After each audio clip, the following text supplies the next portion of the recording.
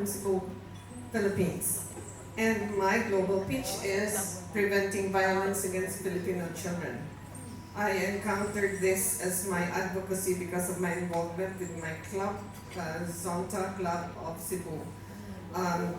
Um, yes, hello. And so I've been in business. I'm an entrepreneur and I've been in business for more than 30 years. We do distribution and a little bit of real estate business, and I am now paying forward because God has been good to me, and I feel that I need to give back by helping these young children, especially in the Philippines. A lot of you live in first world countries that have very good support and preventive projects to help children from getting abused. But in the Philippines, no, you don't have that. Let me tell you a small story about a young girl of 14 who didn't know that for 7 years she was already sexually abused by her uncle.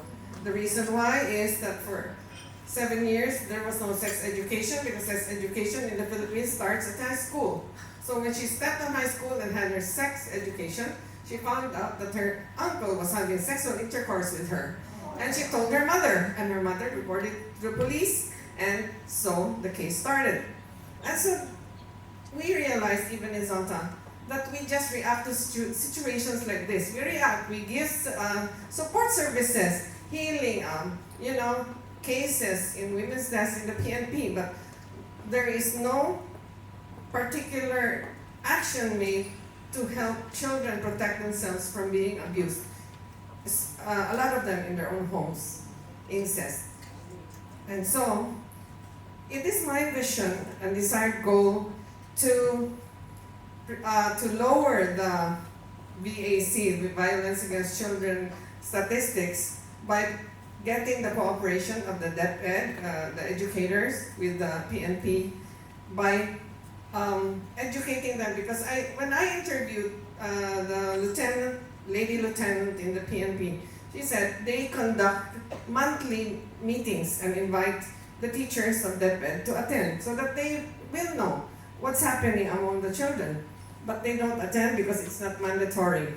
So, the teachers of elementary school, girls or children, do not do anything about it. No? Because they do not realize that that's a prevalent problem. And so what we do is just to rescue these children by the Department of Social Welfare. Then there are rescue homes, and we bring these abused girls there. But what do we do to prevent this from happening? So, to give you some statistics, 80% of Filipino children have experienced some form of violence at home, in school, and community. And a lot, on online sex.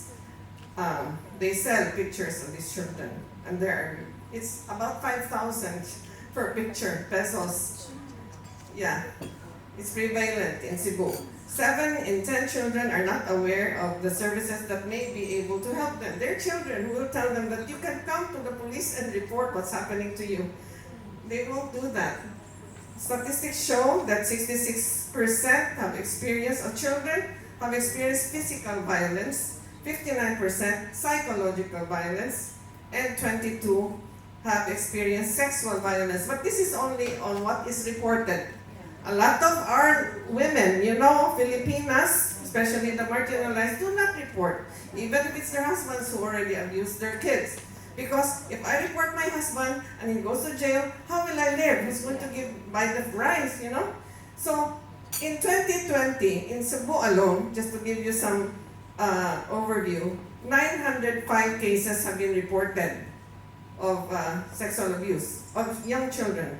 In 2021, 643, but this is just reported. Many do not report. So, and this is the graph of that statistic.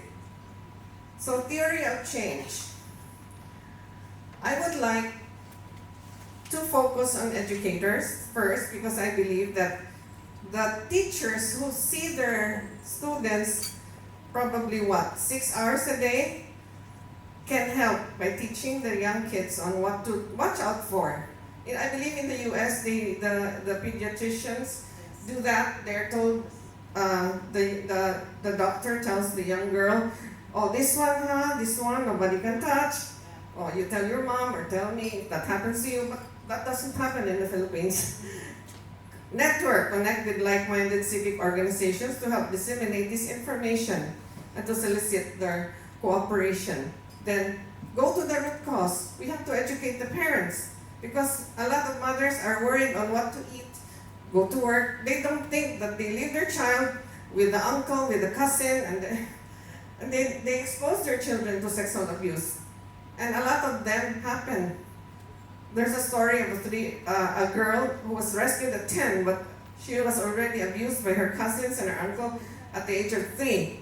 She was rescued at 10 years old, so 7 years she was used. So policy making. I'd like to also ask the help, especially of the many lawmakers who are here, to maximize our laws, probably introduce a bill in Congress. How do we, there are laws protecting women, but I think there's no law yet or legislation on what concretely we should do, the educators perhaps, or the doctors, the pediatricians, what we can do to prevent a little girl or little boy from being abused. Because we react only to cases. We don't do prevention. And so I end by asking your help because these children are our future. And who knows, one of them could be an FWN if we help them, you know? We're very lucky, all of us here, because we've reached that stage where we have succeeded. But we started somewhere, and I'd like to help them. Thank you for listening.